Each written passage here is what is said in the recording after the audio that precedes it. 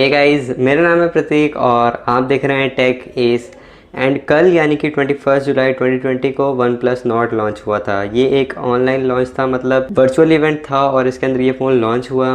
And जिस हिसाब से OnePlus ने इसकी हाइप क्रिएट करी है, मुझे लगा था कि ये फ़ोन का जो प्राइस होगा वो अराउंड अगर 25,000 भी आ जाएगा तो ये फ़ोन बहुत ही तेज़ी से बिकने वाला है।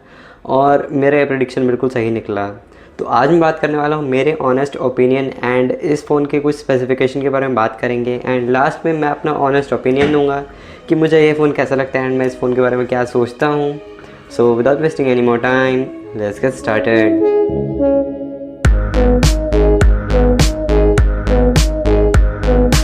गाइस, बात करते हैं सबसे पहले डिज़ाइन डिपार्टमेंट के बारे में। तो डिज़ाइन इस फ़ोन का हमें बहुत ही अच्छा देखने को मिल जाता है। एंड जितने भी रिव्यूअर इस फ़ोन को रिव्यू कर रहे हैं वो कह रहे हैं कि इनका जो ब्लू कलर है वो बहुत ज़्यादा अच्छा है। हालांकि इसके इनबॉक्स जो कंटेंट्स हैं, फॉर एग्जांपल वायर वगैरह एंड इसका चार्जर, उसके अंदर हमें OnePlus का वही लेगेसी वाला रेड एक्सेंट देखने को मिलता है। हालांकि अगर वो ब्लू होता तो वो ज़्यादा अच्छा देखने को लगता है, बिकॉज OnePlus ने अभी तक इसकी जितनी भी ज़्यादा ब्रांडिंग करी है और OnePlus NORD का जो भी अकाउंट वगैरह बनाए हैं वो सब ब्लू टोन में है एंड ब्लू कलर थीम है। तो मैं सोच रहा था कि इसके वायर्स वगैरह भी ब्लू होंगे तो ज़्यादा एक अच्छा एस्थेटिक लुक आएगा। और फ्रंट में भी हमें इसके अंदर डुअल पंच होल कैमरा देखने को मिल जाते हैं एंड कैमरा के बारे में बात करेंगे। ओवरऑल इसका डिज़ाइन अपने प्राइस रेंज के हिसाब से बहुत ही ज़्यादा फ्लैगशिप लेवल लगता है एंड इसका डिज़ाइन देखने में काफ़ी ज़्यादा सही लगता है।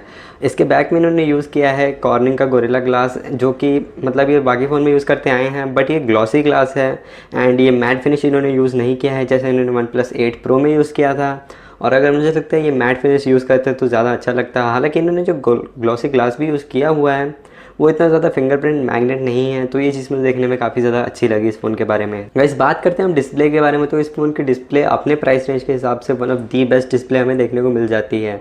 एंड डिस्प्ले की स्पेक्स ये हैं कि इसके अंदर हमें देखने को मिल जाता है 90 हर्ट्ज़ फ्लूइड एमोलेड डिस्प्ले। और एक बात तो ये है कि ये 90 हर्ट्ज़ है और इस प्राइस रेंज में 90 हर्ट्ज़ काफ़ी सही है।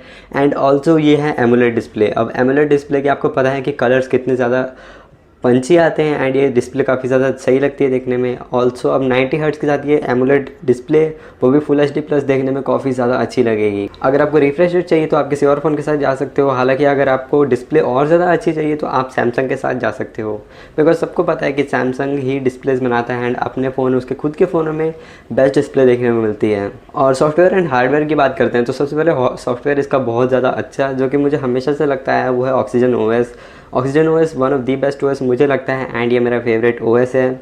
और इसके बारे में ज़्यादा कुछ बोलने में है नहीं। इन शॉर्ट मैं ये बता सकता हूँ कि once again this is the best OS available in the market. और हार्डवेयर की बात करें तो हमें इसमें अभी देखने को मिल जाता है 765G, जो कि काफ़ी सही प्रोसेसर है इस प्राइस रेंज के हिसाब से।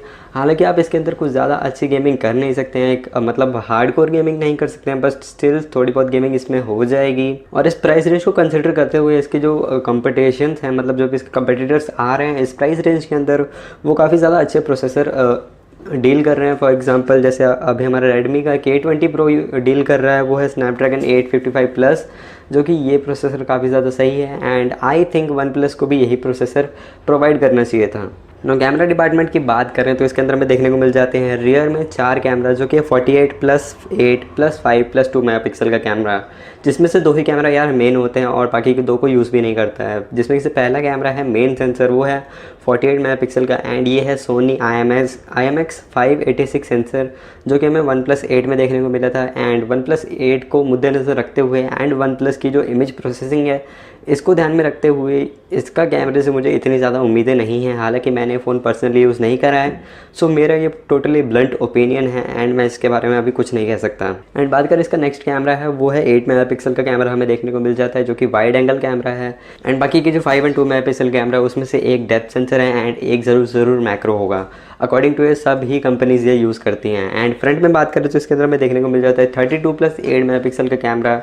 एंड सेल्फी डिपार्टमेंट पे OnePlus हमेशा ही पीछे रहा है, सो मुझे लगता है कि ये कैमरा इतना अच्छा नहीं होगा, but again this is a blunt opinion, मैं अभी कुछ नहीं कह सकता। बैटरी की बात करें तो हमें इसमें बैटरी देखने को मिल जाती है 4115 mAh की बैटरी, जो कि आती है OnePlus के 30 वाट वॉप चार्ज के साथ, जो कि काफ़ी ज़्यादा सही है। मतलब आपका ये फ़ोन आपका पूरा दिन आराम से निकाल देगा and at the end of the day आपके पास आपकी 30 वाट फास्ट चार्जिंग है। तो अगर आपके फ़ोन में चार्ज नहीं भी है तो आप जल्दी से जल्दी चार्ज करके इसे कहीं भी यूज़ कर सकते हैं। नाउ द मेन थिंग जो कि है प्राइसिंग।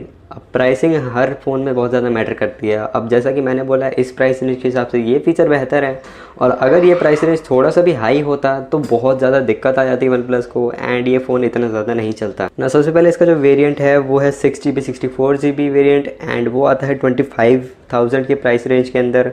एंड उसके बाद जो नेक्स्ट है वो है 8GB एंड 128GB स्टोरेज का वेरिएंट, एंड उसकी प्राइस हमें देखने को मिल जाती है 28,000 रुपीज़। एंड जो लास्ट एंड फाइनल वेरिएंट है वो है 12GB plus 256GB storage variant, and इसकी प्राइस हमें देखने को मिल जाती है 30,000 रुपीज़। अब जैसे मैंने पहले बताया कि वन प्लस ने इतनी ज़्यादा हाइप क्रिएट कर दी थी इस फ़ोन की कि अब ये किसी भी प्राइस रेंज में आता है 20 से 30 के बीच में, तो ये फ़ोन बहुत ही ज़्यादा अच्छा लगता है।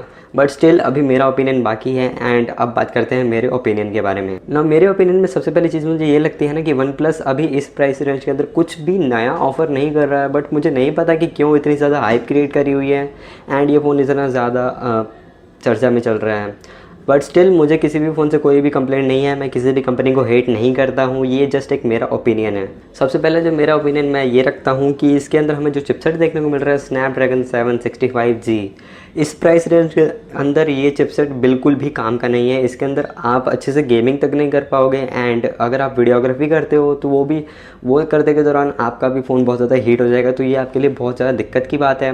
और इसकी कंपटीशन में जो है रेडमी का K20 Pro वो 1 साल पहले लॉन्च हुआ था, एंड 1 साल पहले लॉन्च हुआ फ़ोन आज के वन प्लस के नॉर्ड को टक्कर दे पा रहा है, तो ये वन प्लस के लिए अच्छी बात नहीं है। तो सेकेंडली चीज़ ये है कि वन प्लस अभी कौन सी टाइप के कस्टमर को टारगेट कर रहे हैं। ये कोई फ्लैगशिप लेवल के कस्टमर्स तो नहीं हैं, ये ज़रूर से ज़रूर मिड रेंजर कस्टमर है जिनको वन प्लस ने टारगेट किया है ना। बात करते हैं कि ये जो चाइनीज़ फ़ोन्स थे ये इंडिया में इतने ज़्यादा क्यों बिके, बिकॉज़ ये अपने प्राइस रेंज के अंदर वन ऑफ दी बेस्ट जो भी स्पेक्स थी वो डील कर रहे थे, एंड उस टाइम पे जो वन प्लस के और बाकी जितने भी कंपनीज़ के फ़ोन थे वो अपने प्राइस रेंज के अंदर बेस्ट कंसिडर करते थे, एंड सारे अच्छे अच्छे फीचर्स हमें देखने को मिलते थे। एंड यही एक रीज़न है कि इंडियन कंज्यूमर्स चाइनीज़ जो भी कंपनीज़ थी उनको इतना ज़्यादा प्रेफर करती थी ना। इसका मेन इशू क्या है? मेन इशू है ये प्राइस। अगर प्राइस ये मेन इशू नहीं होता तो हम बाकी फ़ोन भी ट्राई करते, फॉर एग्जांपल सैमसंग या फिर नोकिया। हम ये सब फ़ोन यूज़ क्यों नहीं कर रहे हैं? बिकॉज़ ये सब इतना कुछ प्रोवाइड ही नहीं कर पा रहे हैं ना। वन प्लस अपने टाइम पे स्टैंड आउट क्यों किया था? वन प्लस इसीलिए ऊपर पहुंचा बिकॉज वो अपने प्राइस रेंज के अंदर बहुत ही ज़्यादा फ्लैगशिप लेवल वो डील कर रहा था, और उसका प्राइस रेंज भी तब 18 से 30 हज़ार के बीच में आता था। बट अभी देखें तो वन प्लस खुद ही फ्लैगशिप फ़ोन बनाने लग रहा है, तो इस चीज़ के बारे में तो क्या ही कह सकते हैं। तो इसी चीज़ के अंदर ये आ जाता है कि अभी हमें इस मिड रेंज के अंदर इतने सारे फ़ोन्स देखने को मिल रहे हैं, तो हमारा क्या मतलब बनता है कि हम ये वन प्लस का नॉर्ड ख़रीदें?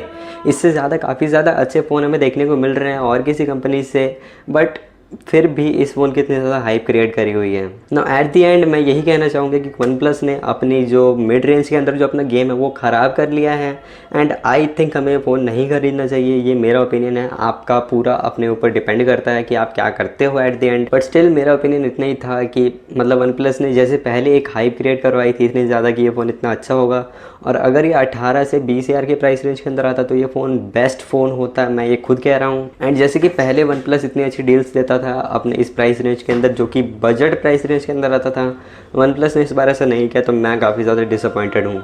तो हाँ, बस यही था मेरा एक ओपिनियन एंड क्विक स्पेसिफिकेशन इस फ़ोन के बारे में।